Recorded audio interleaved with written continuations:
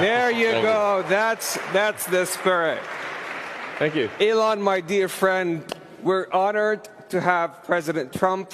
We're honored under the sponsorship and guidance of His Royal Highness to celebrate a U.S.-Saudi and a Saudi-U.S. relationship that is 92 years old, about how we move from an oil-based economy to an innovation-based economy powered by wonderful technologies that definitely you're one of the pioneers in this industry.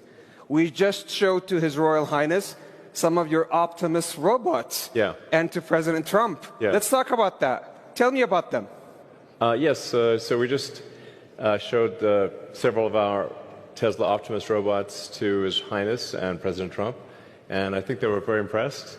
In fact, one of our robots did the Trump dance, which I thought was pretty cool. The YMCA, yeah? Yeah, to YMCA. So, yeah, our robots can dance, they can walk around, they can interact. I think we're headed to a radically different world. I think a good world, an interesting world. My prediction actually for humanoid robots is that ultimately there will be tens of billions.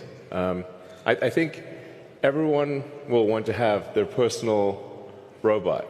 You can think of it like as though you had your own personal C-3PO or R2-D2, but even better. Then who wouldn't want to have their own personal C-3PO or R2-D2? That would be pretty great. I also think it unlocks an immense amount of economic potential, because when you think of like what is the output of an economy, it is productivity per capita times population or capita. Once you have humanoid robots, the actual economic output potential is tremendous.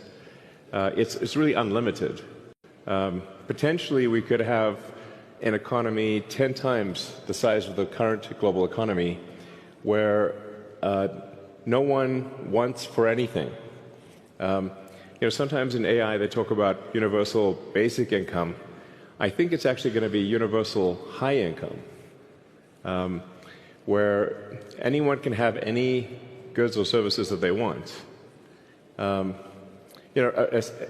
science fiction book recommendation that I have, which I think is probably the best envisioning of an AI future, is the Culture books by Ian Banks.